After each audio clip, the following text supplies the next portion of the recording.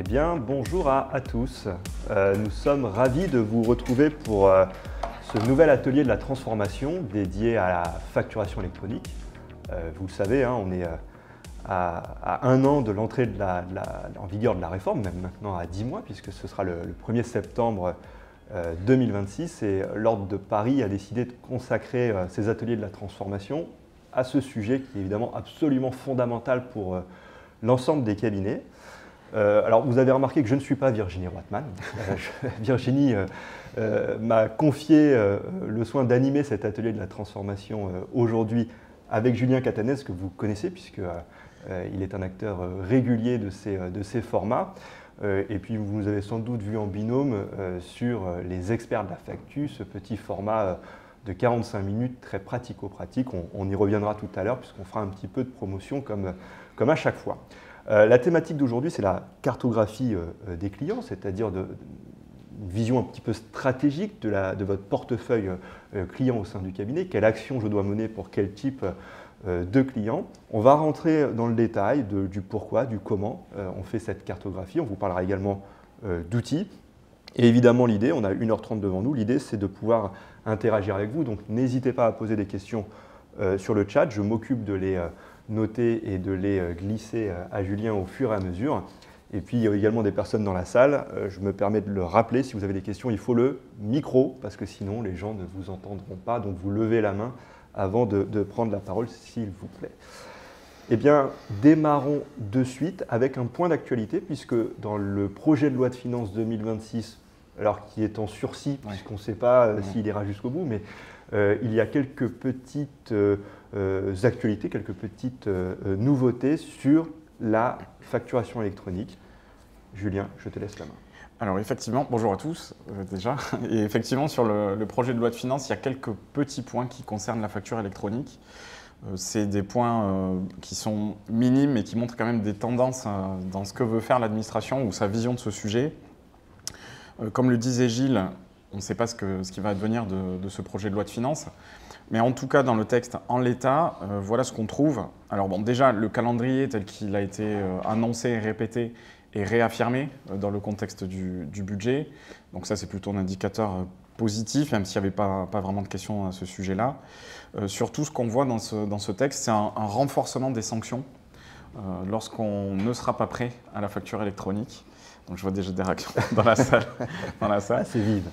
Il y avait des sanctions qui étaient prévues, on l'avait peut-être évoqué dans des formats précédents. Il y avait des sanctions de 15 € par facture qui ne seraient pas émises via les plateformes et de 250 € par e-reporting qui ne serait pas fait. Ces sanctions sont majorées dans le projet, donc de 15 à 50 € et de 250 à 500 € par transmission non faite. Et surtout, ce qui vient se rajouter dans ce projet de loi de finances, c'est une amende spécifique lorsqu'on n'a pas choisi sa plateforme. Donc autant les deux premières s'appliquaient au TPE-PME, mais ça se serait appliqué en 2027 plutôt, puisque c'était de l'émission. Autant le choix de la plateforme, c'est bien dès 2026. Et donc là, ce qui est prévu dans le projet de loi de finances, c'est 500 € en cas de non-choix de plateforme en septembre 2026, après mise en demeure de l'administration. Puis une amende de 1 000 € tous les 3 mois jusqu'à ce que l'entreprise ait choisi sa plateforme de réception. Alors, pour préciser, hein, quand on parle de choix de plateforme, ça veut dire inscription sur l'annuaire. Oui. Parce qu'il ne suffit pas de l'avoir choisi, il faut aussi l'avoir déclaré oui, sur exactement. Oui, tout à fait. Donc, ce n'est pas le plus compliqué, ce n'est pas le plus dur, mais il faut vraiment avoir en tête cette amende, puisque c'est dans 10 mois maintenant qu'il faut absolument avoir déclaré une plateforme de réception.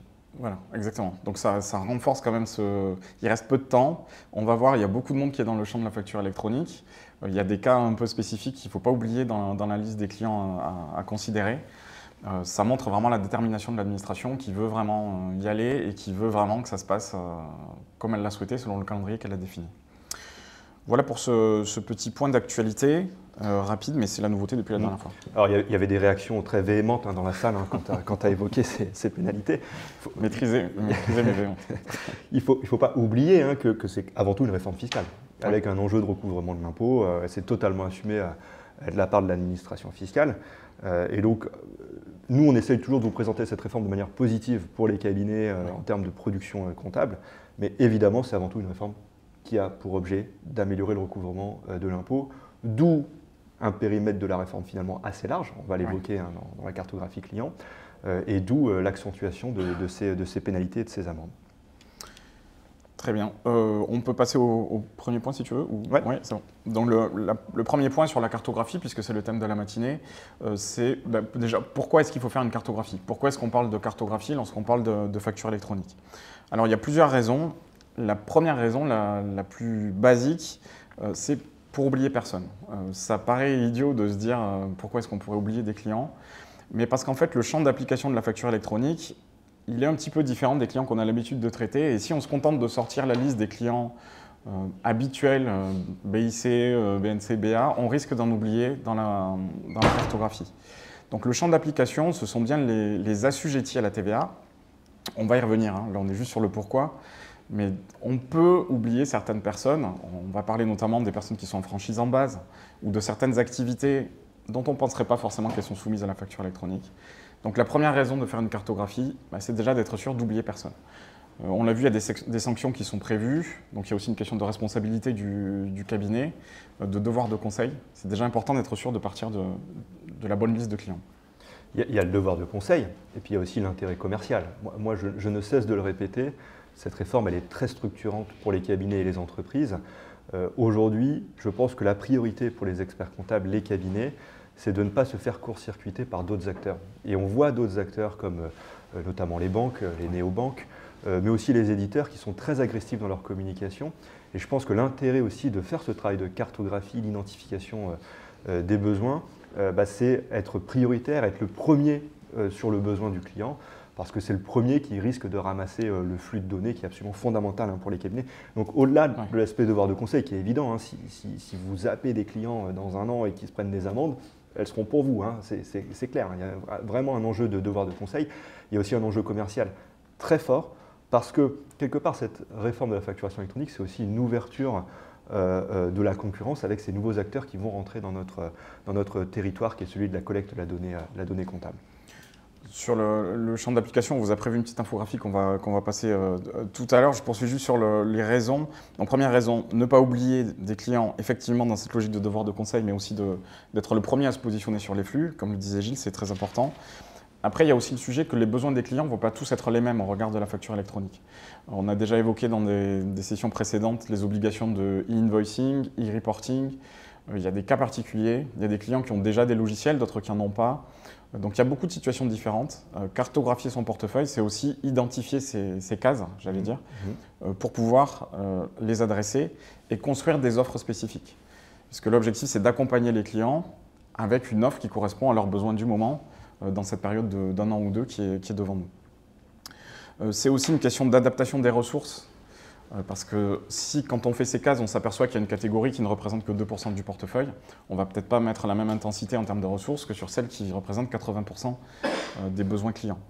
Et en termes de communication, le fait de faire des catégories de clients, ça permet aussi d'adapter le message et d'être sûr d'être percutant lorsqu'on communique. Si je parle de logiciel de facturation à un médecin, je risque de ne pas le concerner, alors qu'il a des choses à faire sur ce sujet, on va y revenir. Donc c'est important d'avoir le bon message pour que chaque client se sente impliqué lorsqu'il va recevoir votre communication. Il y a aussi une notion de rétro-planning à avoir en tête parce que pour une grande partie de nos clients qui sont les indépendants, professions libérales ou les très très petites entreprises, cette réforme elle peut se mettre en œuvre relativement facilement. Sélectionner une plateforme agréée, former le client dessus, ça nécessite du temps, mais ce n'est pas non plus un projet sur plusieurs mois à mener. Mais pour les entreprises un peu plus structurées, qui ont des systèmes d'information plus complexes, parfois même des systèmes d'information faits maison, on en parlera tout à l'heure, là ce sont des projets complets qu'il faut mener et qui honnêtement doivent déjà être lancés aujourd'hui parce que pour certaines entreprises, c'est plus que 12 mois qui sont nécessaires pour arriver à une adaptation et une adoption de cette réforme. Donc le pourquoi cartographier, c'est aussi identifier les clients pour lesquels il est urgent de lancer un projet de mise en œuvre de cette réforme avec la formation des collaborateurs, le choix de l'outil, l'adaptation au milieu d'un système d'information qui peut être complexe, le développement de plateformes. Donc ça, il faut vraiment l'avoir en tête. Il y a des clients pour lesquels il est urgent de démarrer maintenant le projet de mise en œuvre de la plateforme agréée. Effectivement, c'est aussi définir des priorités, d'autant que la période fiscale ne va pas tarder à redémarrer, donc il y a peut-être des dossiers à traiter là tout de suite, assez rapidement d'ici la fin de l'année. Donc voilà pour le pourquoi. Si on passe maintenant au comment, qui est vraiment le gros du sujet qu'on veut développer aujourd'hui, comment est-ce qu'on fait cette cartographie? Quels sont les critères à en prendre en compte? Il y a beaucoup de critères qui peuvent entrer en jeu. Si vous avez suivi les sessions précédentes, on a déjà parlé de critères de alors déjà, est-ce qu'on est assujetti ou pas? On va y revenir. Est-ce qu'on fait des transactions avec des professionnels ou avec des particuliers? Est-ce qu'on émet des factures à l'international ou pas?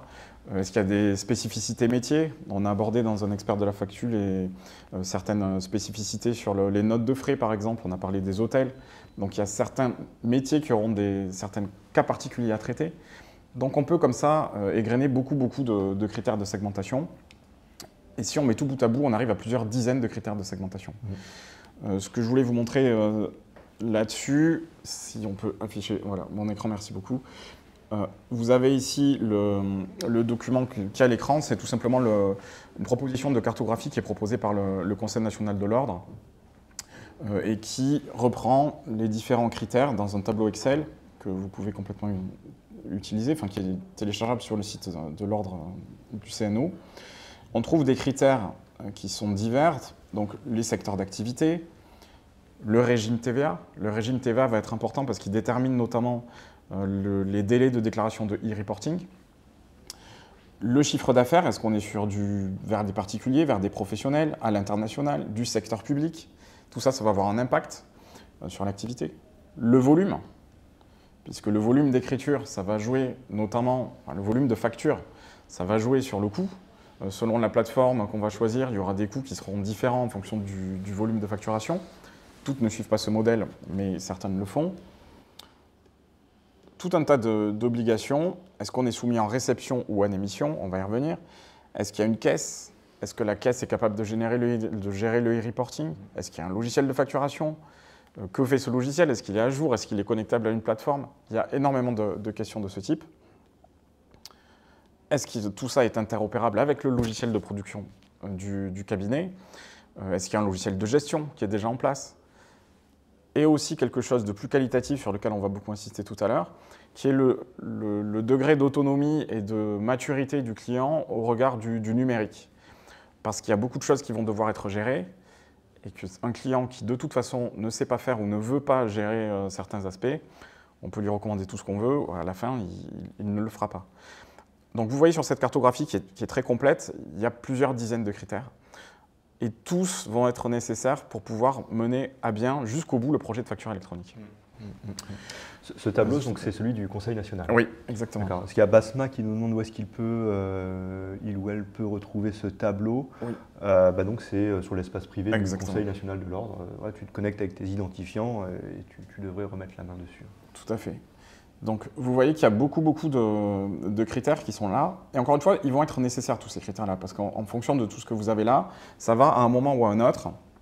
Le critère de tenue ou révision, je ne l'ai pas encore évoqué, ça va jouer sur un moment dans la chaîne. Soit sur le logiciel à utiliser, soit sur le tarif, soit sur le type d'obligation, soit sur les cas particuliers.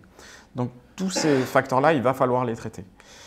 Pour autant, si on démarre tout de suite avec une entrée avec 50 critères de segmentation et qu'on met en face 100, 200, 500 clients, on rentre sur quelque chose qui va être très long et qui peut paralyser l'action. Donc l'idée n'est pas de dire qu'il ne faut pas le faire, il va falloir le faire de toute façon. C'est ce qu'on dit. Voilà. Mais peut-être de vous donner une grille un peu simplifiée pour vous aider à avancer là rapidement et déjà commencer à faire des premières catégories sur vos clients. Donc, comment est-ce qu'on peut faire ça?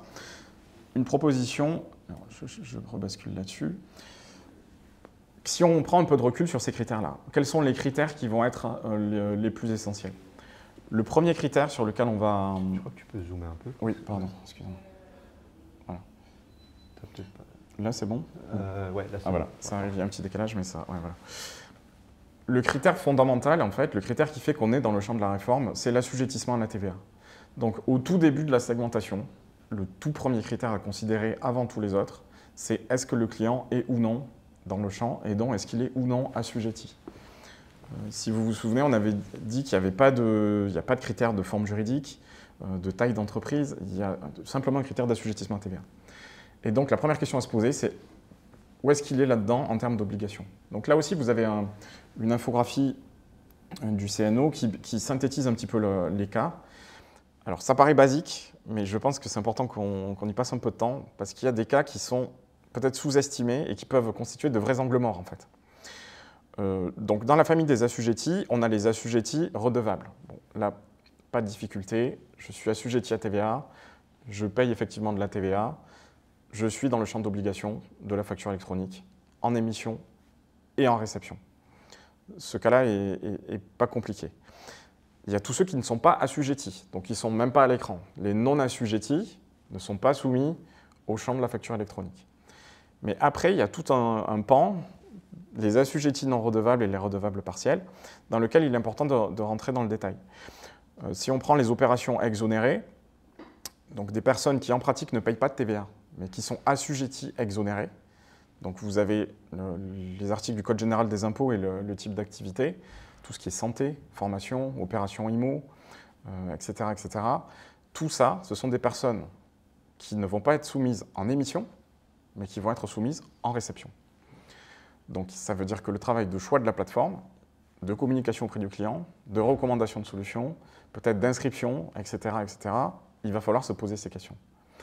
Et donc ça concerne qui en pratique? Ça va être par exemple, on en parlait juste avant, un loueur en meublé.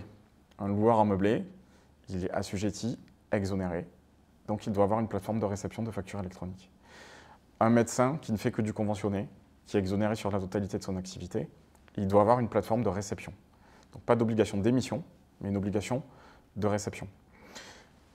L'autre sujet, ça va être, qui peut être un angle mort, on ne va pas tous les détailler, parce qu'encore une fois, on n'est pas sur le champ d'application. Ouais, avant, parce que dans la liste aussi des opérations exonérées, il y a marqué association à but non lucratif. Et donc il y a Séverine qui demande si elles sont concernées.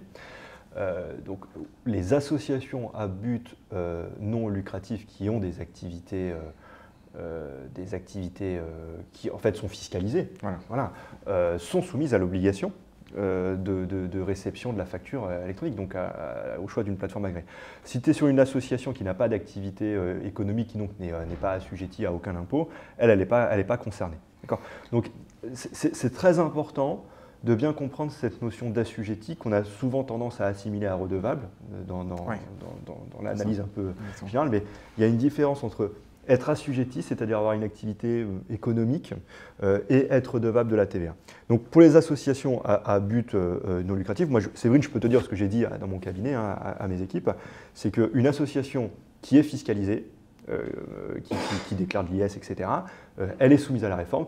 Une association pour laquelle tu n'as aucune obligation fiscale, parce que je sais pas, c'est un club de foot ou j'en sais rien, eh bien, elle n'est pas soumise à la réforme parce qu'elle n'a pas d'activité économique en tant que telle.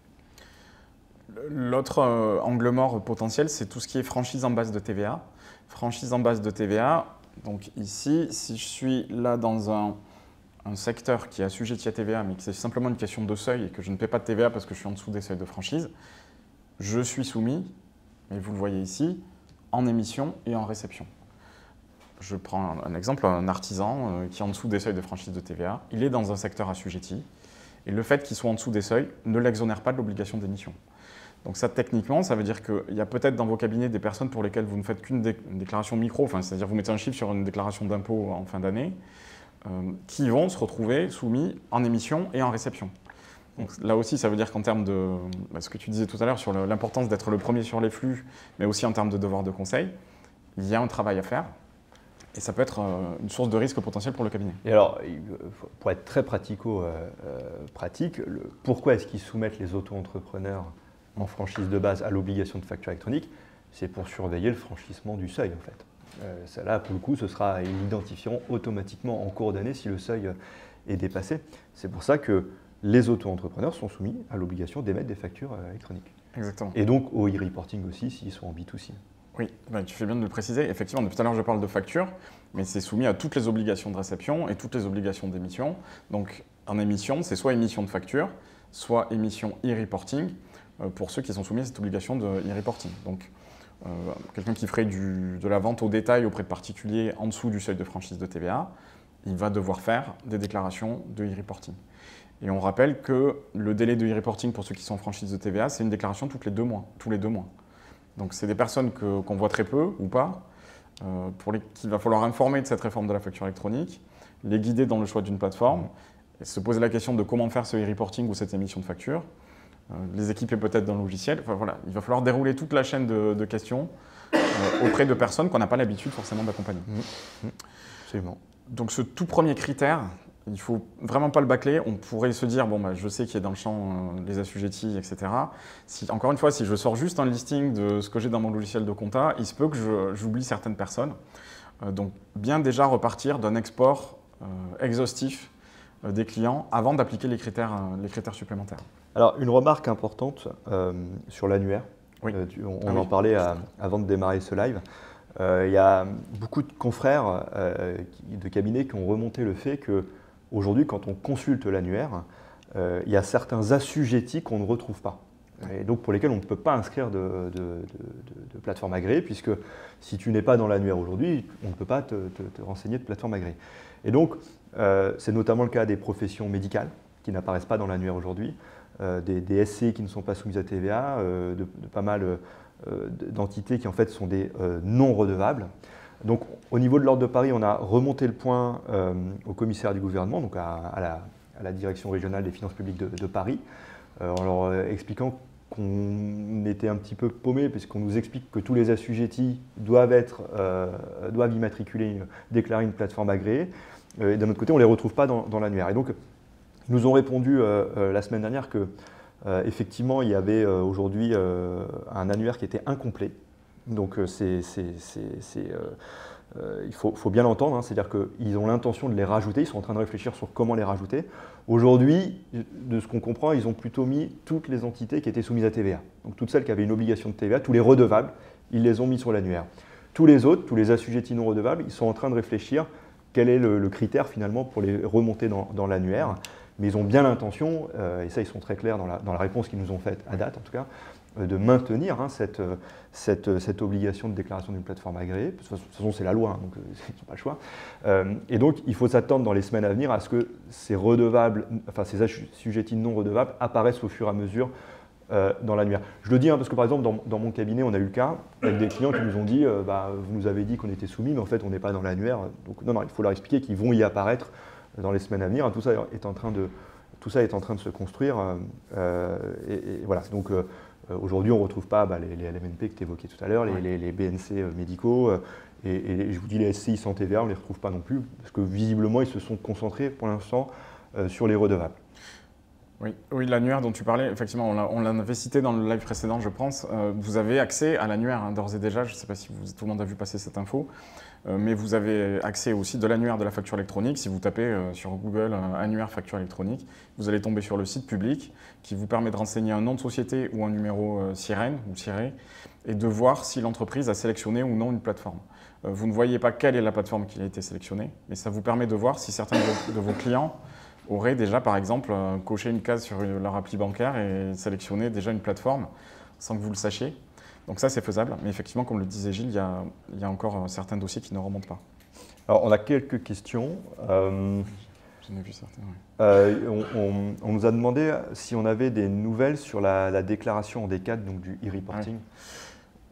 Puisque donc, pour rappel, en l'état, ce qui est prévu, c'est que le e-reporting se fasse tous les 10 jours, donc du 1 au 10, du 11 au 20, etc.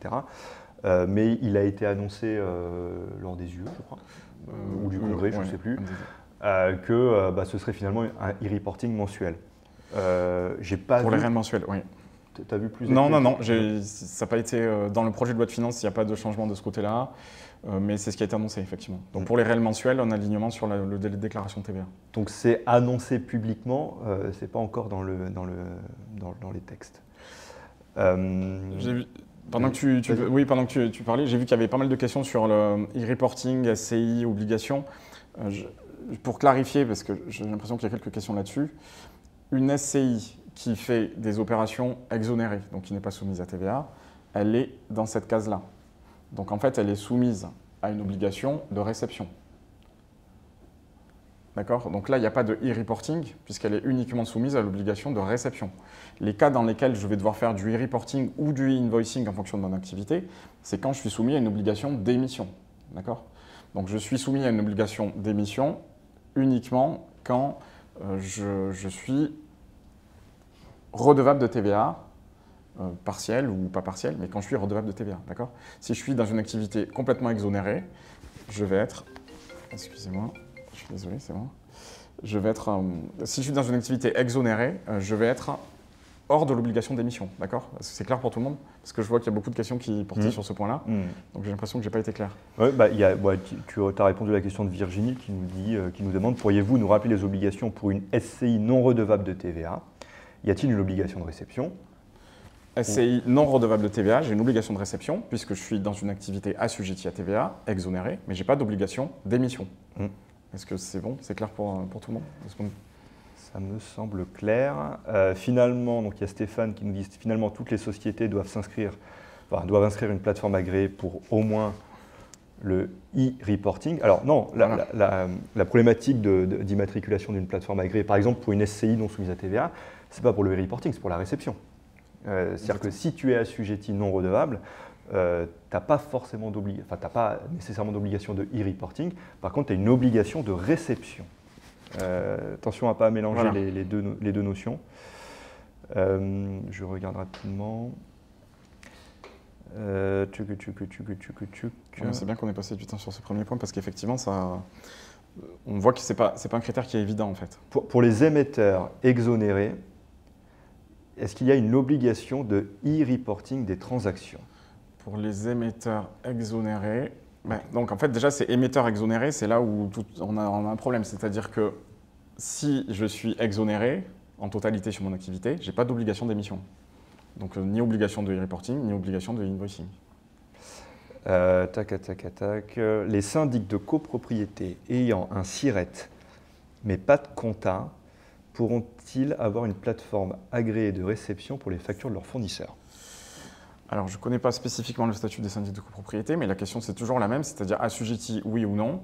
Si je suis assujetti exonéré, il faut une plateforme de réception et je n'ai pas d'obligation d'émission. C'est toujours la même logique. Je ne suis pas convaincu qu'un syndic de copro soit un assujetti en tant que tel. Dans ce cas-là, ni obligation de réception, ni obligation d'émission. C'est vraiment cette logique-là. Les CSE sont-ils soumis à l'obligation? C'est toujours, en fait, parce qu'on va voir, je pense, tous les cas particuliers, mais la logique, c'est toujours la même, c'est-à-dire que ça ne dépend pas ni de la forme juridique, ni de la nature de l'activité. La première question à se poser, assujetti, oui, non. Non assujetti, pas d'obligation. Assujetti, je peux avoir soit une obligation d'émission, soit une obligation de réception. Je vais dézoomer un petit peu. Donc, première question dans l'arbre de décision, assujetti, oui ou non. Si je ne suis pas assujetti, je ne suis même pas sur l'image que vous voyez à l'écran. Je suis hors de tout ça. Deuxième question, si je suis assujetti, est-ce que je suis redevable ou non? Si je suis redevable, en totalité ou en partie, je suis soumis aux deux, émission, obligation d'émission et de réception. Si je suis non redevable, exonéré, je suis soumis uniquement à l'obligation de réception. C'est simplement la logique à avoir, quelle que soit l'activité en face. Donc on ne se pose même pas la question, on pourrait reprendre tous les cas particuliers, mais c'est toujours cette même logique qu'il faut avoir. Il n'y a pas d'autre précision dans le texte que ces critères d'assujettissement ou de redevable. Je vais synthétiser plusieurs questions parce que c'est un peu les mêmes qui reviennent, mais il y a plusieurs demandes quand tu es sur une entité qui n'est pas soumise, qui n'est pas assujettie. Oui. Typiquement, on va dire une association sans activité lucrative. Est-ce que tu as la possibilité, volontairement, de déclarer une plateforme agréée pour pouvoir recevoir? Non, en fait, si je suis hors du champ de la réforme, tous ceux qui sont non assujettis ne vont pas pouvoir s'inscrire sur les plateformes de facture électronique. Donc voilà. Donc ce premier critère, il est très important. On le voit avec les questions. Mais il est très important de bien partir d'une liste de clients qui est la totalité des assujettis à TVA, redevables ou non redevables. Donc en prenant ceux qui ont une activité 100% exonérée, en prenant aussi ceux qui sont en franchise de TVA et qui sont uniquement sur une déclaration d'impôt sur le revenu. Ça, c'est le point de départ. Donc c'est le tout premier critère de segmentation entre ceux qui sont concernés et ceux qui ne sont pas concernés. Il y a d'autres critères qui peuvent entrer en ligne de compte. On a vu qu'il y en avait plusieurs dizaines sur le document que je vous ai montré tout à l'heure. Et effectivement, on peut se demander par où on commence. Est-ce qu'on peut avancer tant qu'on n'a pas renseigné ce tableau de 50 sur 50 ? Est-ce qu'on peut avancer sans ça? Alors, ce qu'on vous propose, c'est déjà une première grille d'analyse qui ne dispense pas de faire le travail de cartographie, mais peut-être de déterminer des gros blocs au sein de votre portefeuille pour pouvoir avancer. Donc ce n'est pas du tout un substitut à la cartographie complète, c'est une première approche compte tenu des délais pour pouvoir avancer. En fait, on s'aperçoit de plusieurs choses. Il y a, au-delà de l'assujettissement à TVA, un critère qui va être très très important pour l'action du cabinet, c'est le niveau d'équipement des clients. Un client qui a déjà un logiciel de facturation conforme, ou un logiciel de caisse moderne, ou qui a déjà fait un choix de plateforme parce qu'il s'en est occupé, forcément l'accompagnement va être très différent de celui qui fait ses factures sous Word ou qui fait sa caisse sur papier et qui ne s'est pas du tout préoccupé du problème.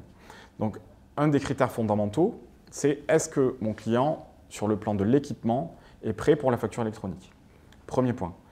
Le deuxième point, on l'a évoqué, il était sur la droite du tableau tout à l'heure, c'est la maturité numérique et la volonté du client sur le sujet de la facture électronique.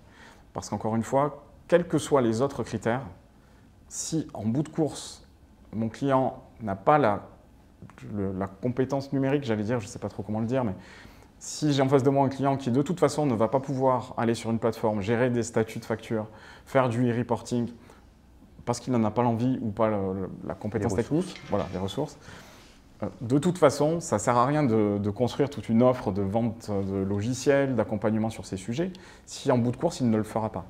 Donc il y a quand même deux critères qui sont très discriminants, cet équipement logiciel et la maturité du client sur ce sujet. Et si on travaille déjà ces premiers sujets, on peut arriver à faire des catégories, des grands blocs qui permettent d'avancer sur le sujet de la facture électronique. Nous, au cabinet, Oui. on fait beaucoup, on en parlera tout à l'heure, mais on fait beaucoup de communication sur ce sujet auprès de nos clients depuis la rentrée.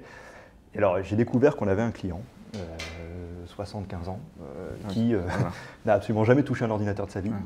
Donc, on lui a expliqué la réforme. Ça a été visiblement un grand moment, je n'ai pas assisté à ce moment, à mon grand regret. Il nous a évidemment expliqué qu'il était hors de question qu'ils s'y mettent et qu'ils prennent une plateforme agréée.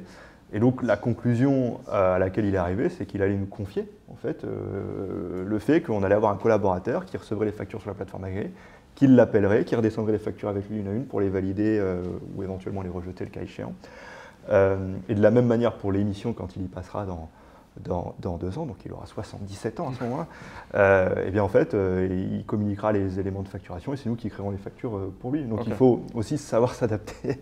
J'ignorais l'existence de ce client, je l'ai découvert vraiment à ma grande surprise, mais il y a des clients clairement qui ne basculeront pas. Là, je cite le cas d'une personne âgée.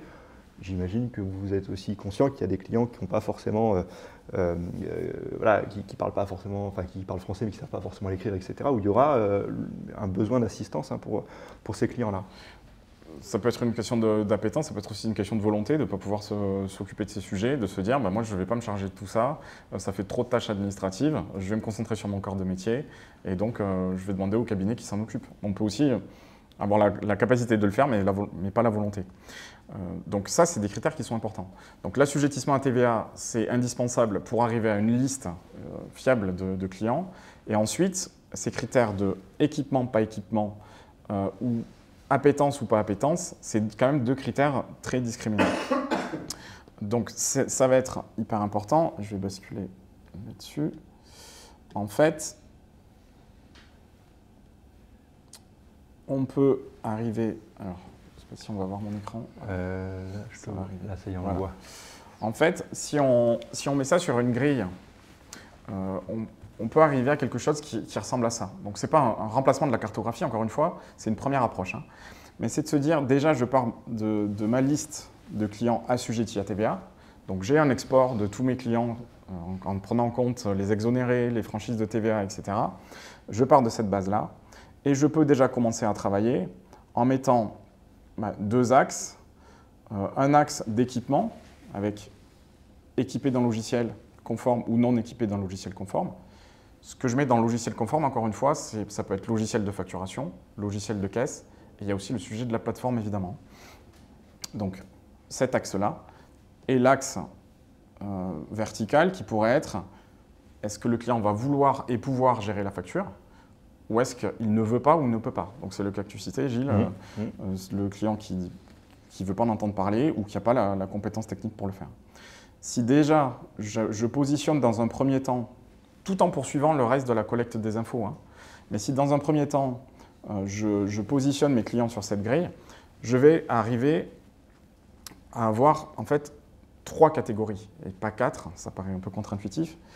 Mais je vais avoir ici la catégorie de ceux qui sont équipés d'un logiciel et qui vont vouloir garder cette autonomie. Eux, peut-être qu'il va falloir les accompagner, on y reviendra peut-être tout à l'heure, mais sur bien comprendre les enjeux de la réforme. Il y a déjà la problématique de logiciel qui est réglée, donc il y a un enjeu de bonne compréhension de la réforme, et il y a un enjeu d'interopérabilité avec mon logiciel de production. Comment ça va se passer pour récupérer les éléments. Absolument. Mais je n'ai pas besoin de leur pousser des communications pour leur proposer une solution, ils ont déjà ce qu'il faut. Il y a ici des personnes qui ne sont pas équipées de logiciels. Alors, une remarque qui me paraît importante, c'est que mon retour d'expérience sur la conformité du logiciel ou pas, c'est que la plupart des clients ont l'impression d'être en conformité avec la réforme parce qu'ils ont un logiciel de facturation. Et en fait, beaucoup n'ont pas encore compris que la réforme, c'était aussi la réception. Et pour le coup, ce n'est pas parce que ton logiciel est conforme en émission qu'il est une plateforme agréée de réception. D'ailleurs, il y a beaucoup plus de logiciels d'émission de facture que de plateformes agréées de réception. Donc attention, c'est quand même important. Il y a beaucoup de logiciels métiers qui, dans des secteurs très spécifiques, qui ont leur propre solution, leur propre ERP métier pour l'événementiel, le bâtiment, etc., qui ne seront pas des plateformes agréées. D'accord ? Donc il faut bien distinguer la conformité du logiciel en émission et en réception. Oui, tout à fait. Et tu parlais tout à l'heure de ceux qui ont des logiciels aussi maison. Tu as rencontré ce cas-là ? Oui, tout à fait. Et alors, nous, on a identifié en top priorité au cabinet les clients qui ont des logiciels maison. Vous savez, qui ont développé leur propre solution de facturation, leur propre système d'information, soit parce qu'ils ont une certaine taille, soit parce qu'ils ont des métiers très spécifiques. Et alors, eux, c'est compliqué parce que s'ils sont sur du logiciel maison, c'est parce qu'ils ne peuvent pas aller sur du standard, ils ne peuvent pas ou ils ne veulent pas aller sur du standard. Et évidemment, ce n'est pas la PME, même si c'est une PME de 100 personnes, peu importe, qui va développer une plateforme agréée, puisqu'on voit la difficulté d'en faire une, donc ce n'est pas eux qui vont le faire. Donc eux, c'est très important de les sensibiliser parce qu'ils vont à un moment donné forcément devoir intégrer une brique de plateforme agréée dans leur système d'information et donc l'interconnecter avec leur système d'information actuel. On a au cabinet un client dont le job, c'est de collecter tous les droits liés à l'agriculture, les OGM en fait. Voilà. Donc leur job, c'est quand un agriculteur plante une pomme de terre sous OGM, il doit verser une redevance au laboratoire qui a inventé cet OGM. Voilà. Donc, le job de mon client, c'est de collecter la redevance. Donc vous voyez, c'est un métier très spécifique, il n'y en a pas 10 comme ça en France, il est évidemment unique, et il a son propre système d'information parce qu'il est sur un métier ultra niche, etc. Eux, ça fait déjà 2 ans qu'ils sont sur le chantier de comment ils vont adapter leur système d'information à cette réforme, aussi bien en réception qu'en émission, puisqu'ils facturent des centaines de milliers d'agriculteurs et ils sont facturés par des centaines et des milliers de laboratoires d'inventaires, vous appelez ça comme vous voulez. Le sujet a été tellement d'ailleurs touchy qu'on a même fait un groupe de travail avec ce client et la SACEM, qui a un peu la même problématique sur les droits d'auteur musicaux. Parce qu'ils étaient un peu sur les mêmes difficultés que nous, alors ils sont beaucoup plus gros évidemment, mais vous voyez, eux, ça fait vraiment 1 an et demi, 2 ans qu'ils ont lancé le projet. Aujourd'hui, on est à 1 an de la mise en place de la réforme, ils ne sont pas encore prêts, parce que c'est tout un développement qui a été relancé avec des échanges avec leurs partenaires, etc. Voilà, moi vraiment je le dis, j'identifie comme étant top prioritaire ceux qui ont des systèmes d'information maison, parce que c'est ceux qui ont le plus d'investissement à faire pour se mettre en conformité. Encore plus que ceux qui n'ont rien du tout, en fait, finalement. Ouais. C'est ça, ok. Donc, si on reprend cette première approche, donc ici, je vais avoir des clients qui sont déjà équipés, donc je vais falloir les sensibiliser et s'assurer de l'interopérabilité. Quand je dis interopérabilité, ça veut dire que s'il y a un logiciel de facturation, voir s'il y a une plateforme, parce que tu l'as dit tout à l'heure, les néobanques sont plutôt très agressifs sur le choix de la plateforme, et il est probable que vous ayez des clients qui sont chez certaines banques, on ne va peut-être pas citer les noms ici, mais où sur une appli, en cochant 2 cases, on les incite à faire le choix de leur plateforme de facture électronique. Donc il est probable que vous ayez des clients, si vous ne les avez pas déjà sensibilisés à ça, qui, en toute bonne foi, ont déjà sélectionné une plateforme de réception et ont choisi leur néobanque comme plateforme de réception. C'est possible. Donc si c'est le cas, lorsque je parle d'interopérabilité, c'est de se poser la question de si des choix ont déjà été faits, est-ce que je vais pouvoir collecter les éléments de façon automatisée? Et sinon, est-ce qu'il est toujours possible de rattraper le coup, de l'expliquer à mon client, de le faire basculer vers une autre solution ou de réfléchir moi à une façon de récupérer ces informations? La question de l'interopérabilité, elle est importante et il y a souvent un malentendu là-dessus. Les plateformes ont une obligation d'interopérabilité entre elles. Il n'y a pas d'obligation d'interopérabilité des plateformes avec les logiciels de production. Donc si mon client a fait certains choix et qu'il se retrouve sur des plateformes qui ne sont pas compatibles avec mon logiciel de production, je ne pourrai pas récupérer de façon automatisée les pièces. Donc il n'y a pas d'obligation de ce côté-là, du côté de la plateforme. C'est pour ça que c'est hyper important d'identifier précisément. Donc, identifier précisément le logiciel utilisé. Tu le disais, il faut rentrer dans le détail parce qu'un client peut nous dire bah oui, j'ai un logiciel de facturation. S'il a une vieille version d'un logiciel qu'il n'a pas mis à jour depuis 10 ans, c'est comme s'il n'avait rien d'un point de vue au regard de la facture électronique. Donc, il faut rentrer dans le détail. Je ne sais pas toi comment tu l'as géré, si tu as demandé ou tu es allé chez tes clients, je ne sais pas comment tu l'as fait. Ouais. Nous donc aujourd'hui, notre job au cabinet, c'est qu'on attrape les clients un par un, on leur explique la réforme un par un. Et alors déjà, excusez-moi de radoter, mais je le dis, je pense que la plupart n'ont pas compris l'ampleur de la réforme. C'est-à-dire que les clients qui sont allés le plus loin intellectuellement sur la réforme ont compris que l'émission était obligatoire et que donc il fallait qu'ils aient un logiciel de facturation. Ils ont compris que ce n'était pas Excel. Je pense que là, c'est à peu près acquis. Mais la plupart, y compris des PME structurées, n'ont pas compris que la réception était dans la réforme. Et donc, aujourd'hui, ce qu'on fait sur les clients qui ont des logiciels conformes, comme tu les appelles, c'est qu'on fait des réunions avec leur éditeur, parce que souvent, ils sont sur des secteurs particuliers avec un ERP spécifique à ce secteur d'activité, pour comprendre ce que l'éditeur a prévu en matière de plateformes agréées. Est-ce qu'ils ont des partenariats? Il est assez rare qu'ils en aient développé, donc est-ce qu'ils ont des partenariats? Est-ce qu'ils ont des passerelles avec des plateformes agréées? Et donc on fait ce travail-là pour nos clients, parce qu'évidemment on les accompagne sur cette thématique. Il y a également un grand sujet, alors on en a parlé dans le dernier expert de la facture, mais sur les logiciels de caisse, où il y a un double phénomène actuellement, avec évidemment la nécessité d'avoir un logiciel de caisse qui soit en capacité de générer soit directement, soit indirectement des factures électroniques et un e-reporting, encore une fois directement ou indirectement. Mais il y a aussi aujourd'hui tout alors c'est un peu le hasard du calendrier, mais un grand mouvement de fond sur les logiciels de caisse lié au fait que la loi de finances 2025 a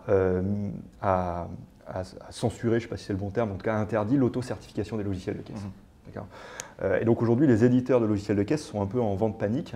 Il y a plusieurs solutions qui sont en train de sortir du marché, disons-le, parce qu'il y a beaucoup de solutions qui étaient auto-certifiées et qui ne seront pas certifiées d'ici le 31 août 2026. Et donc il y a un grand mouvement de panique où des entreprises qui sont soumises à l'obligation de logiciel de caisse sont en train de changer de caisse sans prendre en compte le cahier des charges de la facture électronique. Donc là aussi, je pense que, tu vois, quand tu parles de logiciels conformes, ceux qui ont des logiciels de caisse, il est important de vite leur parler, parce qu'ils sont tous, en tout cas surtout ceux qui étaient sur des logiciels auto-certifiés, ils sont tous en train de basculer de solution parce que les éditeurs leur mettent une pression dingue, sans tenir compte des contraintes de la facture électronique. Or, quelqu'un qui ferait son investissement dans les 5-6 prochains mois pour changer de logiciel de caisse, il ne changera pas dans 2 ans quand tu lui auras expliqué que ce n'était pas forcément la bonne solution d'un point de vue facturation électronique. Donc vous voyez, exemple typique de j'ai un logiciel conforme, logiciel de caisse certifié, pas certifié, ou auto-certifié, pas certifié par un tiers, où là, à mon avis, il y a une action prioritaire à mettre en œuvre. Oui, effectivement, quand je dis conforme, pour un logiciel de caisse, ce n'est pas conforme aujourd'hui, octobre 2025, c'est conforme dans une logique de facture électronique.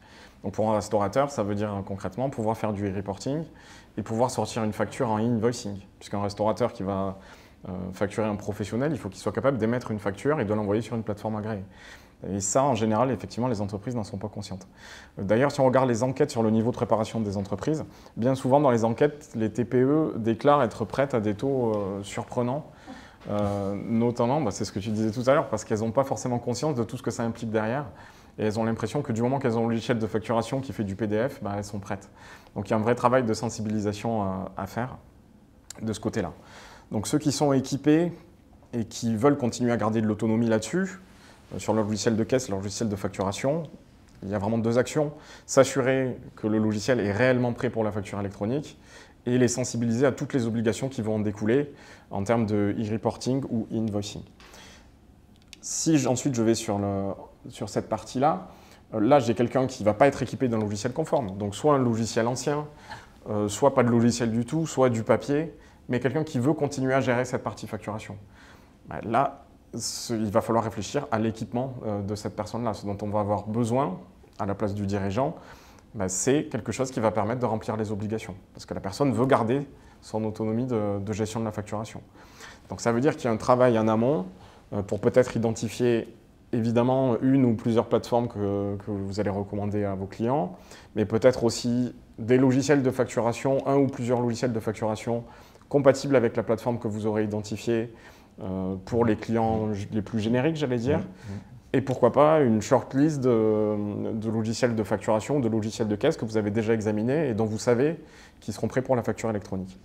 Et comme tu parles de solutions, il y a 2-3 questions sur le sujet. Il y a Sylvie qui nous rappelle que fin 2024, l'Ordre des experts comptables avait indiqué qu'il mettrait à disposition des TPE une plateforme gratuite. Est-ce que c'est toujours d'actualité ? Alors, je peux en parler. Donc, effectivement, avant l'élection en novembre 2024, donc c'était Cécile de Saint-Michel qui était présidente de l'Ordre, et on avait annoncé que Je Facture, qui est la plateforme agréée développée par l'Ordre des experts comptables, par ECMA, mais bon, c'est l'Ordre des experts comptables, mettrait à disposition une version freemium, d'accord, pour les TPE qui serait gratuite. Il y a eu une élection, il y a eu un changement de mandature. Alors, ils ont eu une position où au début, ils ont dit on ne fera pas le freemium. Et après, j'ai cru comprendre qu'ils étaient plus ou moins revenus dessus et qu'ils avaient finalement prévu de faire du freemium. Je parle au conditionnel parce que je ne fais pas partie de cette mandature. Et donc, je n'ai pas forcément très bien compris. Mais en tout état de cause, cette plateforme, c'est jefacture.com ou .fr jefacture.com, qui donc est la plateforme agréée de l'Ordre des experts comptables. On nous parle donc après du choix des plateformes agréées. Alors j'essaie de regrouper les questions parce qu'il y en a vraiment beaucoup. Oui. On nous demande si on peut déclarer plusieurs plateformes agréées pour un client. Alors je peux avoir une plateforme en émission, une plateforme en réception. Ça peut être un choix. Ceux qui font ce choix souvent le font pour justement pas bousculer les habitudes du client. C'est-à-dire qu'ils privilégient en émission une plateforme qui va être compatible avec l'outil de facturation qu'a déjà le client, ce qui fait qu'on ne l'oblige pas à changer de logiciel de facturation. Et par contre, en réception, pour pouvoir collecter les pièces, il privilégie une plateforme qui est compatible avec le logiciel de production du cabinet. Donc certains font ce choix-là, c'est une possibilité. Sur la réception, ce que je peux faire par contre, c'est avoir plusieurs adresses, si je le souhaite. Si j'ai un client avec plusieurs services, par exemple, je peux créer plusieurs adresses pour que les factures arrivent directement sur le service concerné.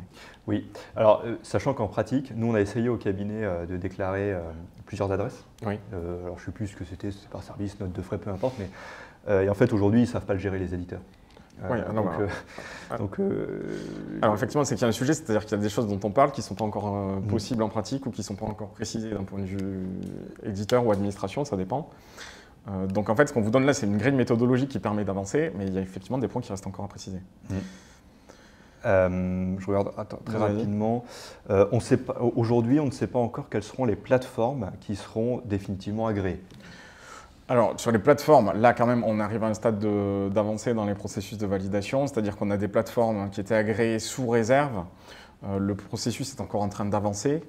Donc oui, effectivement, on n'en est pas au bout. On peut raisonnablement penser que tous les acteurs traditionnels de la profession et les éditeurs historiques de la profession seront définitivement agréés lorsque ça sera le moment.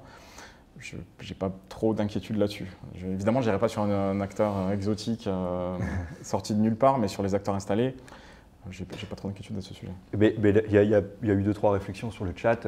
Je pense que il faut pour 80% de nos clients, donc les cas les plus simples, les plus basiques, les plus standards, faire un gros forcing pour que ce soit vous qui choisissiez la plateforme agréée pour eux. Ça, je le répète à chaque fois, mais c'est absolument fondamental. Pourquoi ? Parce que pour moi, le critère numéro 1 pour ces clients-là, c'est l'interopérabilité avec le logiciel de production. D'accord ? Et d'ailleurs, évidemment, le plus simple, c'est que vous leur poussiez la plateforme agréée de votre logiciel de production pour qu'après, la comptabilisation se fasse de manière automatique. Parce que dans le cahier des charges des plateformes agréées, il est prévu une interopérabilité entre les plateformes agréées, une communication entre elles, mais en aucun cas entre les plateformes agréées et les logiciels de production. Donc sur les 100 et quelques plateformes agréées qui seront sur le marché à terme, partez du principe que la très grande majorité ne sera pas reliée en API à votre logiciel de production. Et donc là, il y a un vrai danger de désintégration des comptabilités. Et sur les cas les plus standards, les plus simples, il faut que vous preniez la main et que vous poussiez les plateformes agréées de vos logiciels de production ou en tout état de cause, celles qui sont connectées à votre logiciel de production. C'est ce qui me paraît le plus important. Oui. Non, mais tout à fait. Et même si tout n'est pas encore précisé, je voyais passer, l'agrément est temporaire. Effectivement, il y a des phases d'audit qui sont prévues après, etc. Mais on ne peut pas attendre d'avoir l'audit de toutes les plateformes pour commencer à bouger. On a une obligation qui arrive en septembre 2026. Pour être très concret, si vous avez un logiciel de production comptable qui s'applique à 100% ou 90% de vos clients, ou un logiciel de pré-comptabilité, parfois vous avez installé une solution d'OCR auprès de tous vos clients. En général, ces éditeurs, que ce soit l'éditeur comptable ou l'éditeur de pré-compta, sont plateformes agréées. C'est un bon point de départ parce que si vous arrivez à faire basculer vos clients sur la plateforme agréée qui est déjà en place chez eux et chez vous, il y a une grosse partie du boulot qui a été fait. Donc sur ce segment-là d'équipement, effectivement, le bon sens, c'est de démarrer. Merci beaucoup pour la technique et la réactivité. Sur ce segment-là, le bon sens, c'est de démarrer en choisissant des plateformes qui sont compatibles avec les outils que vous avez déjà mis en place chez vous et chez vos clients. Et si cet éditeur-là propose en plus un petit logiciel de facturation, ce qui est souvent le cas désormais avec un logiciel de facturation qui inclut ou pas, autant le pousser au client qui est sur Excel ou sur papier et lui dire que vous avez déjà quelque chose. C'est un bon point d'entrée. Ça ne résoudra pas le cas de ceux qui ont des choses très spécifiques par secteur, mais déjà ça vous permettra d'avancer sur une majorité de clients. Il y a Emmanuelle qui n'est pas très contente. Elle dit le problème, c'est qu'on nous demande de faire du conseil pour des choix qu'on ne maîtrise pas et des plateformes agréées qu'on ne peut pas tester avant d'orienter les clients. C'est pas très facile. Ma réaction, il y a des choses qui sont, effectivement, tout n'est pas prêt. Donc ça, il faut se le dire simplement, tout n'est pas prêt, tout n'est pas montrable, tout n'est pas encore clair. Le e-reporting, ce n'est pas encore tout à fait déterminé de façon précise. Donc il y a des choses qu'on ne sait pas. Mais voilà. Emmanuel, ce que tu peux d'ores et déjà montrer à tes clients visuellement, je dirais presque physiquement, c'est comment fonctionne l'interface de validation des factures, parce qu'elles existent déjà, ces interfaces. Oui. Voilà. La plateforme agréée, finalement, c'est le tuyau qui part de cette interface de gestion des factures d'achat, je valide, je rejette, je paye, je machin. Mais les interfaces, elles existent déjà. Elles sont en train de s'améliorer, elles sont en train de se mettre en conformité avec le tuyau PDP, enfin plateforme agréée, mais les interfaces, elles existent. Nous, c'est ce qu'on fait au cabinet. C'est-à-dire que quand tu expliques la réforme au client, il faut rendre le truc concret, parce que quand tu lui montres les schémas, les trucs, c'est un peu exotique. Mais quand tu montres concrètement au client, c'est quoi une plateforme web sur laquelle tu vas valider tes factures, approuver, les payer, rejeter, etc., c'est beaucoup plus concret. Et ça, tu peux déjà le montrer parce qu'elles existent, ces interfaces. Que le tuyau derrière ne soit pas encore aux normes et agréé par l'administration fiscale, à la limite, le client, il s'en fiche. Ça, c'est un truc purement technique. Mais elles existent déjà. Alors, évidemment, tu as raison. Il y a des clients qui ont des cas un peu particuliers où tu ne sais pas encore quelle plateforme agréée pourra le traiter correctement. Et nous, on en a identifié plein au cabinet, des cas comme ça. Mais ce n'est pas grave. Tu as déjà fait le travail d'inventaire, de cahier des charges, finalement. Et donc, tu vas rassurer ton client en lui expliquant que tu as compris ces problématiques spécifiques et que tu vas étudier le marché sur les 10 prochains mois, puisqu'il reste 10 mois maintenant, jusqu'au moment où tu auras trouvé la solution adaptée et adéquate à sa problématique. Mais c'est une mission, tu vois, de le rassurer, de comprendre ses problématiques, ses spécificités par rapport au cas d'usage, par rapport aux problématiques de la facturation électronique, et c'est de la valeur ajoutée que tu apportes. Peu importe que tu n'aies pas la solution aujourd'hui, personne ne pourra te reprocher de ne pas avoir une solution qui n'existe pas. Par contre, avoir rassuré, identifié et avoir pris la main sur ce sujet-là, c'est absolument fondamental parce que si ce n'est pas toi qui le fais, c'est les éditeurs ou les banques qui le feront à ta place. Donc il ne faut pas se focaliser sur j'attends que ma plateforme elle soit agréée, sinon je ne bouge pas, parce qu'en fait tu loupes le coche de la communication et du business quelque part. Les interfaces, elles existent déjà, tu peux déjà les montrer. Tu peux déjà les montrer physiquement, visuellement. Alors certes avec des factures ossérisées, pas des factures électroniques, mais tu peux déjà les montrer. Nous on le fait au cabinet. Et je vais même te dire, on en montre une en l'occurrence, de plateforme, je vais dire agréée, même si elle n'est pas encore agréée, tout en expliquant au client qu'on n'est pas encore sûr que ce sera celle qu'on retiendra. Et peu importe. Si la couleur et le logo ont changé dans 12 mois, le client, ça lui est égal. Ce sera toujours la même chose, le même fonctionnement, la même logique. Donc ça, tu peux d'ores et déjà faire ce travail pédagogique. Et moi, je t'invite fortement à le faire. Oui, effectivement. Il y a des choses qu'on ne sait pas, il y a des choses qu'on sait. Ce qu'on sait, c'est qu'il y a des acteurs extérieurs à la profession qui se positionnent et qui sont en train de collecter des inscriptions sur les plateformes. Ce n'est pas très un secret que ça a été communiqué, mais que dans les deux acteurs qui sont en train de collecter le plus d'inscriptions sur la plateforme, un des deux, c'est une néobanque. Donc ça veut dire qu'il y a quelque chose de très agressif pour essayer de capter ces flux. Et ça, c'est une certitude. Il y a des choses qu'on ne maîtrise pas, ça on le sait. Et c'est une néobanque qui, lorsque tu te connectes pour aller voir, consulter tes comptes, tu as une fenêtre qui s'ouvre, agréé à ma plateforme agréée, tant que tu n'as pas cliqué oui, tu ne peux pas voir tes comptes.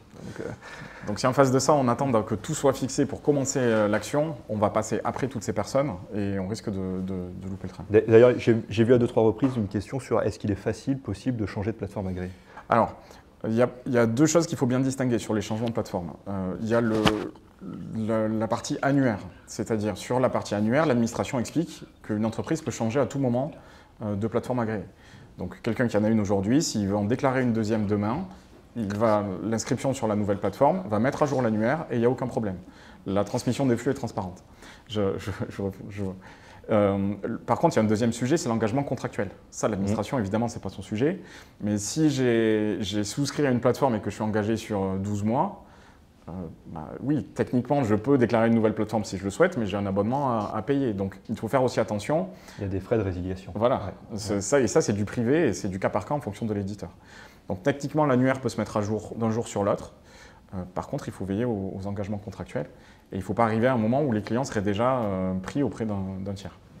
Il y a une question dans la salle. Oui, j'ai une question. Vous dites que l'idéal, c'est de choisir pour 80% des clients le logiciel de production qu'on a au cabinet. Vous dites aussi que vous avez fait des démonstrations aux clients. Alors, moi, j'ai pas vu de plateforme avec une démonstration quelconque. J'ai du mal à... Par exemple, nous, au cabinet, on est sur Sage. J'ai pas vu de démonstration, je vois pas du tout comment ça peut se passer pour un client qui serait pas sur Sage. J'ai du mal à... Je sais pas, quand vous dites j'ai montré à mes clients, je vois pas très bien de ce que vous avez montré en fait. Je connais pas le cas de Sage en particulier, mais après je te laisserai répondre pour tes clients. Mais en général, moi j'ai vu quand même beaucoup d'éditeurs sur lesquels on peut déjà voir la plateforme avec le circuit de validation. La recherche de factures dématérialisée avec le moteur de recherche. Donc je ne vais pas vous répondre sur l'éditeur en particulier, mais il y a pas mal d'éditeurs qui ont déjà lancé. Ouais, Sage, je ne connais pas, c'est pas celui que j'utilise au cabinet, donc je ne peux pas te répondre là-dessus. En revanche, sur nous, les éditeurs qu'on a au cabinet, les modules existent déjà. C'est les modules qui avant s'appelaient module achat, si tu veux, d'accord, où tu avais les factures qui étaient OCRisées. C'est la même chose. C'est-à-dire que, encore une fois, on focalise sur cette notion de plateforme agréée qui n'est que l'aspect technique du tuyau qui va relier toutes les plateformes agréées. L'interface, je dirais physique, même si ce n'est pas physique, tu comprends ce que je veux dire, elles existaient déjà, elles ne traitaient pas des factures électroniques, elles traitaient des factures scannées, OCRisées, etc. Mais elles existent déjà pour beaucoup d'éditeurs. Il y en a pas mal qui montrent déjà des choses. Tu utilises une solution d'océrisation?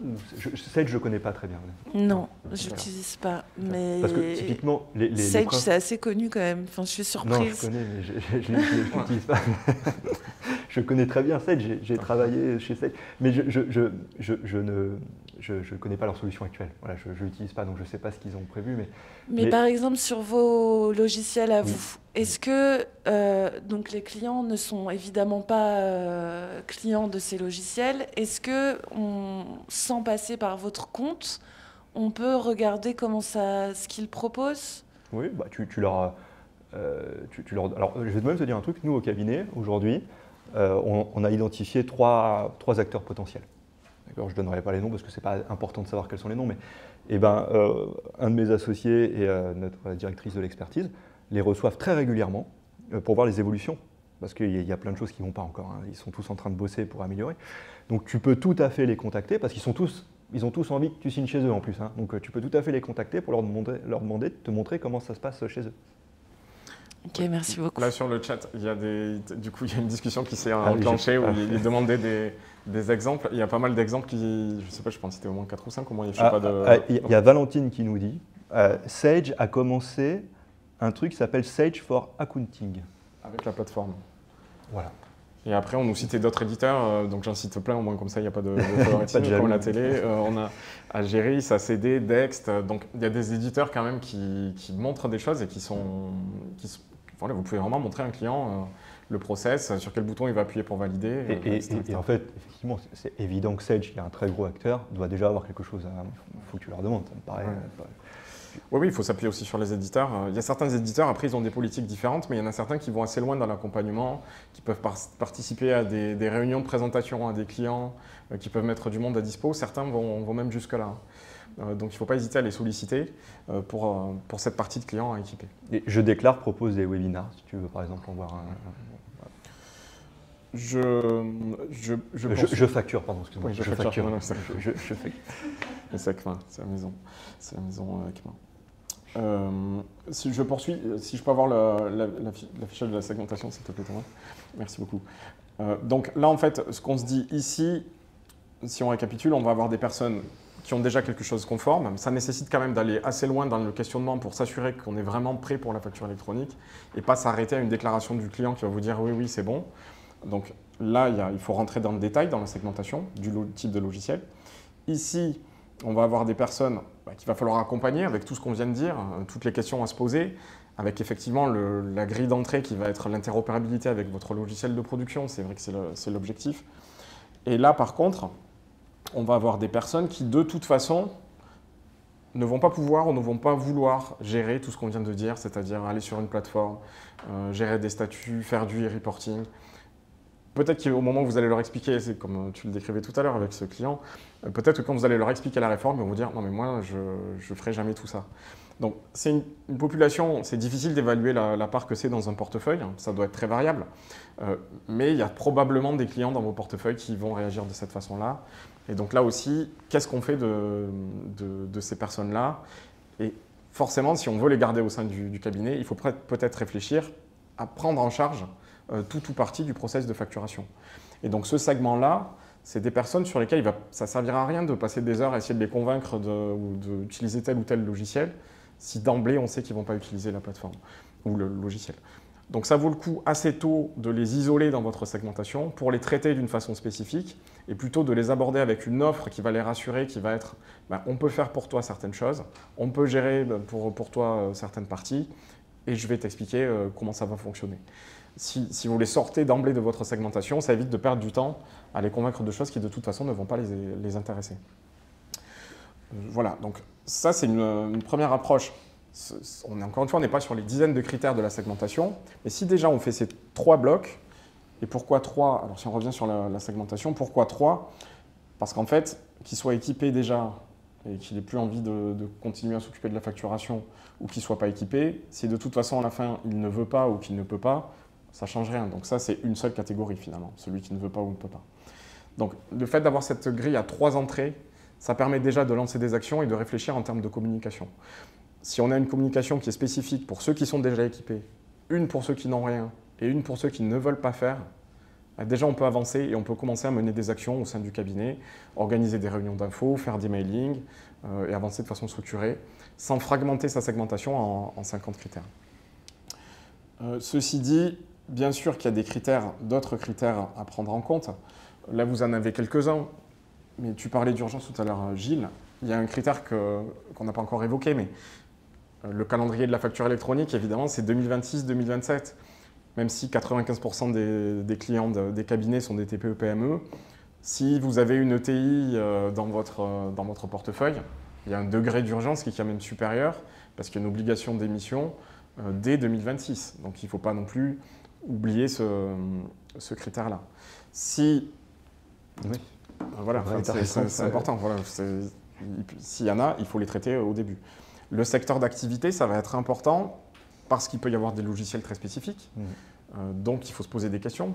Tu parlais de Batigest dans l'immobilier. Quelqu'un qui est sur Batigest, si j'ai des clients dans l'immobilier, il va falloir que je sache ce que je fais. Et il est probablement pas réaliste de se dire que je vais le faire changer de logiciel de facturation. Donc il faut se dire comment est-ce que je vais traiter ce cas-là. Il faut le réfléchir en amont. Tu as les seuils de l'ETI en tête? Alors on est sur 250 salariés, 50 millions de chiffre d'affaires et il y a un total de bilan que j'ai plus en tête. 40 et des balles. Sur les seuils européens. Oui. On est sur les seuils européens. Oui, c'est bien les seuils européens. 50 millions et 250 et il y a un total de bilan que j'ai plus en tête. Donc ça, il ne faut pas l'oublier. Le secteur d'activité, il peut y avoir des problématiques spécifiques qu'il va falloir adresser. Peut-être qu'il y a une plateforme agréée dans le secteur en question. qui va permettre au client de connecter son bâti-geste sur une plateforme de l'immobilier et qui va permettre de régler le problème. Mais il faut se poser la question de comment je vais récupérer ces factures dans ce cas-là. Si je simplifie la vie du client, à quel point est-ce que je vais compliquer la vie du cabinet? C'est toujours un équilibre entre les deux. L'obligation de e-invoicing ou de e-reporting. Évidemment, avoir dans sa segmentation la liste de ceux qui sont concernés par le e-reporting et ceux qui sont concernés par le e-invoicing, ça va être indispensable. C'est pour ça que c'était sur la cartographie. Pour rappel, je peux être concerné par les deux. On l'avait évoqué dans la première session. Si je suis artisan et que je facture à la fois des professionnels et des particuliers, je suis soumis au e-invoicing pour toutes les factures qui vont partir auprès de professionnels et au e-reporting pour toutes les factures émises auprès des particuliers. Donc je vais être d'emblée soumis aux deux obligations. Donc ça, c'est des choses à identifier. Le volume de factures en achat et en vente, ça va être important aussi parce que beaucoup de plateformes, il y a des modèles différents, mais beaucoup de plateformes font une tarification à la facture ou avec des seuils de facture de 0 à 200 ou entre 200, etc. Donc lorsque je vais devoir expliquer le coût de tout ça à mon client, si je n'ai pas de notion du volume, je ne vais pas pouvoir faire un comparatif et un chiffrage qui sera précis. Donc c'est quelque chose qui va être très important et qu'il faut que je remonte en amont. La présence d'opérations internationales, est-ce qu'il y a des achats intracom? Est-ce qu'il y a des ventes intracom? Est-ce qu'il y a de l'export? Est-ce qu'il y a de l'import? Ça va être aussi important parce qu'il va y avoir des obligations de e-reporting derrière. Tout ce qui va être, par exemple, achat intracommunautaire, je vais avoir du e-reporting. Import de services, je vais avoir du e-reporting. Import de biens, on ne va pas rentrer aujourd'hui dans le détail, il y aura des experts de la factu sur ces sujets spécifiques d'opérations internationales. Mais import de biens, je n'aurai pas de e-reporting. Donc il faut que j'identifie clairement là-dessus les échanges intracommunautaires et les importations de services. Donc ça, il faut que je puisse l'identifier parce qu'il va y avoir du e-reporting.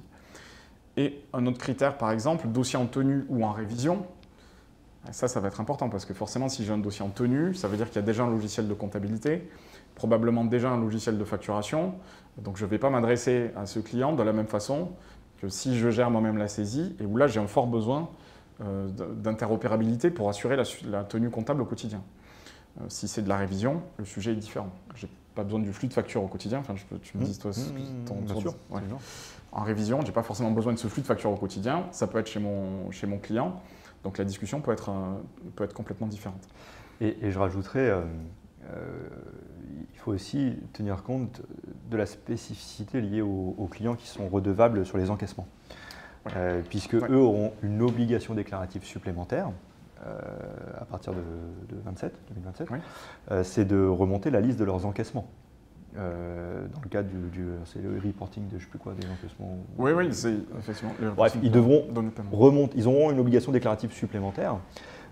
Or, pour des entreprises qui ont un peu de volume, suivre les encaissements et les remonter dans le cadre d'un e-reporting, ça peut être un travail considérable. Et donc ça, c'est un point qui me paraît devoir être mis en avant auprès du client parce que s'il choisit une plateforme agréée qui n'est pas interconnectée avec la comptabilité, ça va quelque part générer une double saisie des encaissements. D'abord sur la compta et la plateforme agréée. Donc là, c'est quelque chose que nous on regarde beaucoup au cabinet, sur les prestataires de services, d'essayer de trouver des solutions où si l'encaissement est saisi dans la plateforme agréée, qu'il se déverse dans la compta, ou vice-versa, s'il y a un lettrage qui est fait dans la compta, qui se déverse sur la plateforme agréée, pour éviter de se retrouver à devoir faire manuellement cette remontée des encaissements. Oui, tout ça, effectivement, c'est hyper important. Donc là, vous avez tous ces critères-là qu'on vient d'évoquer. Ce sont des critères qui vont se rajouter à votre cartographie.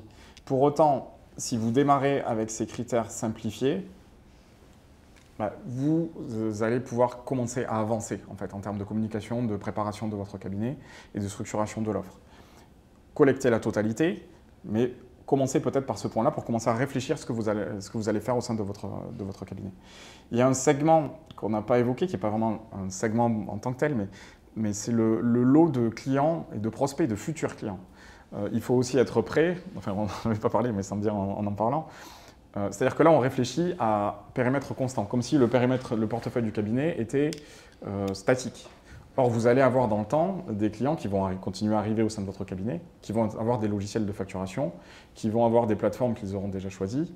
Il faut aussi se poser la question, avec un degré d'urgence qui est différent, mais comment est-ce que je vais traiter ce flux qui va arriver? Qu'est-ce que je mets en place? Qu'est-ce que je recommande? Etc. etc. C'est des réflexions à avoir au sein du cabinet parce que dans le temps, forcément, on ne va pas pouvoir tourner avec une seule plateforme. Enfin, c'est réaliste de se bien dire sûr, que- on devra s'adapter, c'est clair. C'est clair. Voilà. Donc voilà quelques critères. Si je reviens sur le schéma de l'ordre, encore une fois, ce tableau est important parce que tous ces points-là vont être utiles à un moment donné dans le conseil du client. Pour autant, si vous voulez démarrer votre réflexion rapidement sur ce sujet de la facture électronique, démarrez avec une grille plus simple, tout en lançant ce type de questionnaire. Ce qui m'amène justement à la question d'après, c'est comment est-ce qu'on lance ça? Donc là, c'est plutôt des conseils pratiques et aussi des retours d'expérience sur comment est-ce qu'on démarre. Est-ce qu'on envoie un questionnaire avec 50 questions au chef d'entreprise? Quelle est la meilleure façon de démarrer? Bon, alors, quelques recommandations qu'on peut faire. La première, c'est sans doute de sensibiliser la totalité des collaborateurs pour que chaque point de contact se transforme à une occasion de récolter des éléments sur l'entreprise dans le cadre de la facture électronique. Le collaborateur, c'est celui qui a le relationnel du quotidien. Si on lui a bien expliqué les enjeux, il peut se faire le porte-parole du cabinet et en tout cas remettre le questionnaire ou récolter les éléments. Il y a des cabinets qui ont sorti le questionnaire de façon numérique avec un QR code, qui ont collé le QR code sur les tables de réception du cabinet, ce qui fait qu'on peut le flasher et répondre à quelques questions pendant un rendez-vous pour une remise de pièces. C'est des choses toutes bêtes, on peut en imprimer 100 exemplaires sur l'accueil du cabinet, mais vraiment lancer une démarche pour que tout le monde se sente impliqué. C'est un premier point qu'on peut donner. Ceci dit, il ne faut pas s'imaginer un questionnaire dans lequel on va avoir la totalité des questions que je vous ai montrées sur le tableau. Si on revient sur ce tableau, la plupart des éléments qui sont là-dessus, vous les avez déjà au sein du cabinet. Si je reviens là, alors non, évidemment, secteur d'activité, régime fiscal, périodicité de la TVA, répartition des transactions, même si ce n'est pas au point près, vous avez une notion de ça, le volume, l'assujettissement, le type d'opération. En fait, la quasi-totalité de ces infos, elles ne sont pas à demander aux clients, elles sont à cartographier en interne. Les infos sur lesquelles il y a un vrai besoin de remontée du client, c'est le détail de l'équipement du logiciel, quelle est la version, est-ce qu'il est à jour, logiciel de facturation, logiciel de caisse, etc. On n'a pas forcément ça disponible tout de suite au sein du cabinet. Et la mesure de cette appétence numérique, de cette volonté de faire la facture électronique. Ça, ce sont vraiment les deux critères sur lesquels j'ai besoin d'aller chercher de l'info chez mon client. C'est aussi pour ça qu'on les a mis sur la version un peu simplifiée de la cartographie, parce que là, j'ai besoin d'avoir un échange, surtout sur le deuxième point, savoir si mon client veut faire ou pas, il faut que je lui en parle. La quasi-totalité des autres points, ils sont chez vous, donc ça nécessite de centraliser l'info, mais ce n'est pas des questionnaires de 50 questions qui vont partir. C'est des questionnaires sur qu'est-ce que vous utilisez comme logiciel de facturation, de caisse, est-ce que vous avez déjà choisi une plateforme, est-ce que vous vous sentez de faire la facturation ou est-ce que vous envisagez plutôt de nous la confier? Et avec ça, on a fait à peu près le tour des questions à poser à son client pour savoir dans quelle case le mettre. Le reste, c'est de la centralisation d'informations. Donc il ne faut pas s'imaginer envoyer des questionnaires trop longs. C'est des choses qui peuvent être faites rapidement. C'est pour ça que je parle des collaborateurs au quotidien dans les échanges. Ça peut être géré à ce moment-là. Ça peut être géré dans des réunions d'information, évidemment, sur la facture électronique. On affiche à la fin le QR code avec le questionnaire et tout le monde prend 5 minutes pour répondre. Et aussi la période des rendez-vous bilan, en fonction de votre calendrier. On va rentrer dans une période où vous allez voir tous vos clients, à se dire de façon systématique, on en parle à tout le monde et on sort de là en ayant collecté toutes les infos. Ça peut être une bonne pratique. Moi, je l'ai déjà dit dans une animation précédente, mais dans mon cabinet, moi, je me suis passionné pour la facturation électronique au mois d'août. Vraiment, je me suis mis dedans et je me dis, bon, il faut quand même que je regarde ce que c'est. Et je me suis passionné, j'ai tout lu. Je me dis, bon, ok, j'ai compris, je pense avoir compris. Je suis arrivé au 1er septembre, je leur casse la tête depuis un mois et demi. Alors, je leur parle tout le temps de facturation électronique. Parce qu'une fois que toi, en tant qu'expert comptable, tu es sensibilisé, il faut encore sensibiliser les équipes. Parce qu'évidemment, comme Julien le disait, c'est elles qui sont auprès des clients et qui doivent évidemment mettre en œuvre cette réforme de manière pratique. Donc on les a sensibilisés, on fait beaucoup de réunions d'information en interne. des formations sur les cas d'usage, comme on le fait à l'ordre d'ailleurs, parce qu'il faut qu'ils comprennent concrètement c'est quoi cette réforme. Et puis, on a mis en place un challenge quelque part, c'est que 100% des clients du cabinet doivent être contactés avant le 31 décembre. Parce que je sais très bien que faire des newsletters, envoyer des questionnaires, tu vas avoir les clients un peu assidus qui vont répondre, mais c'est une très petite minorité. Les newsletters, je ne suis pas sûr qu'elles soient lues par beaucoup de clients. Donc on se contraint, on impose tous les clients à une information mais individuelle, une réunion individuelle, gérée par le collaborateur. Donc on a mis à disposition des collaborateurs un support de présentation de la réforme qu'on a bricolé en reprenant ce qu'il y avait sur le site de l'ordre, on a trouvé à droite à gauche. Donc, un support très simplifié. Une démonstration de la plateforme Agré, donc avec des captures d'écran, on leur montre ce que c'est une plateforme de validation des factures. Et en l'espace de 30-40 minutes, on présente la réforme et ses impacts concrets pour les clients. Et on fait ça avec 100% des clients. On en profite pour collecter aussi des cas particuliers, finalement compléter cette cartographie, parce que le client lui-même va avoir des réflexes, c'est-à-dire, attends, mais moi, chez moi, je gère, je sais pas, les notes de frais comme ça, j'ai les cartes entreprises. Et voilà. Donc on collecte des éléments qu'on n'avait peut-être pas forcément identifiés au bureau, ce qui nous permet après de compléter notre cartographie. On leur fait signer un mandat, le fameux mandat que le client peut vous donner pour sélectionner la plateforme Agré pour lui. Donc il y a un modèle qui est soit mis à disposition par les éditeurs, soit sur le site du CNO, vous le trouverez facilement. Donc on leur fait signer, et je le redis, tout en sachant qu'on n'a toujours pas nous-mêmes choisi la plateforme Agré en fait. Mais au moins ils te donnent mandat pour aller l'inscrire sur l'annuaire une fois que tu auras fait ce choix. Et alors, on a challengé tous les collaborateurs pour faire cette information à 100% des clients. Je crois qu'on n'est pas encore à la moitié, on a commencé début octobre. Et alors, on le sait très bien, il y a des collaborateurs qui sont à l'aise, il y en a qui le sont moins. Il y a des collaborateurs, ils ont toujours peur d'avoir une question à laquelle ils ne sauront pas répondre, même si dans les faits ça n'arrive jamais. Mais voilà. Et donc évidemment, les associés, on se substitue aux collaborateurs qui ne se sentent pas capables de le faire. On essaye d'embarquer les équipes parce qu'évidemment, quand tu as un nombre de clients important, tu ne peux pas faire tout le monde. Mais en tout état de cause, nous, notre objectif, il est clair. 100% des clients doivent avoir bénéficié de cette réunion d'information individuelle du cabinet, qui dure une demi-heure, pas plus, c'est largement suffisant. Et à la fin de cette réunion d'une demi-heure, soit tu as, dans le cas le plus simple, collecté le mandat de sélection de la plateforme Agré parce que le client a dit vas-y, choisis, soit tu as identifié les fameuses contraintes et tu as commencé à bâtir un petit cahier des charges qui peut amener une mission supplémentaire en disant bon, là, il faut quand même qu'on bosse vraiment avec toi, qu'on vienne voir tes process, comment ça se passe chez toi. Si tu es dans des cas un peu plus spécifiques, un peu plus compliqués, disons les choses. Voilà. C'est notre choix à nous, je ne sais pas si on a raison, mais je vous le partage parce que c'est mon retour d'expérience. Et je le redis, cette communication, elle n'est pas inutile parce que les clients, je vous assure que globalement, ils n'ont pas compris la réforme. Ouais. Et en tout état de cause, sur l'émission, ils l'ont peut-être compris, sur la réception, ils n'ont pas compris. Donc elle n'est pas inutile. Et deux, je le redis, c'est une forme d'ouverture de la concurrence avec d'autres acteurs. Et donc il faut absolument se positionner en matière de communication. Je radote, donc je ne me relance pas dans un... Non, mais c'est tout à fait. Enfin, je pense que le mail avec le questionnaire qui part à tout le monde, c'est le dernier recours. Enfin, je pense qu'il ne faut pas... Ce type de sujet, on ne peut pas le traiter uniquement par mail. Enfin, on le voit, il y a beaucoup d'enjeux. C'est un vrai sujet de changement. Donc le mail, ça peut venir en toute fin, mais il faut privilégier les échanges directs sur ce sujet. Donc voilà quelques pratiques. Encore une fois, il n'y a pas énormément de questions à poser aux clients. Il y a surtout des notions d'équipement et de volonté, de positionnement par rapport à cette réforme. C'est surtout ça qu'il faut clarifier avec lui. Le reste, c'est plutôt de la cartographie interne d'informations dont vous disposez déjà. Alors, il reste 10 minutes, on peut prendre des questions. Ou sinon, oui, si tu veux, il y a... Alors là, on est vraiment sur des questions très pratiques, on sort un petit peu du sujet. Mais... Il y a Sophie qui nous demande sur les TPE, les factures fournisseurs reçues via les plateformes Agré seront payées comment? Par quelle procédure? Alors la facture électronique ne crée pas de changement en termes de paiement des factures. C'est simplement de la transmission de factures, mais ça ne crée pas ni de nouvelles obligations, ni de nouveaux modes de paiement. Par contre, si on le souhaite, ça peut drôlement le simplifier, parce qu'effectivement, il y a beaucoup de plateformes qui vont permettre de payer en un clic des factures qui vont tomber de façon automatique, parce qu'elles seront connectées à un compte bancaire, et que toutes les informations seront déjà renseignées. Donc ça peut le simplifier, Mais si je veux payer par chèque une facture que j'ai reçue sur ma plateforme électronique, je peux continuer à le faire.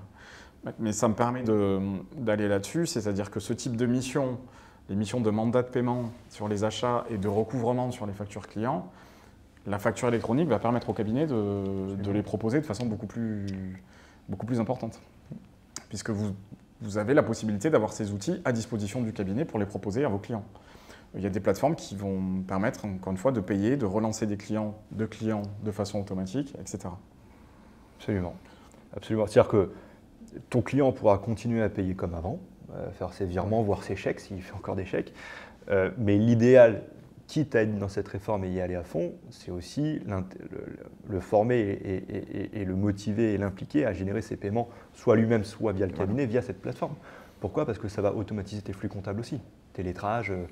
Donc, profitons de cette réforme. Il y a beaucoup de gens qui râlent sur cette réforme dans le chat. Bon, ok, elle est contraignante, mais il faut la transformer en opportunité en allant jusqu'au bout. C'est-à-dire que ceux qui se contentent de mettre une plateforme agréée juste pour accepter ou refuser des factures, bon, c'est sûr que vous ne tirerez aucun avantage de cette réforme.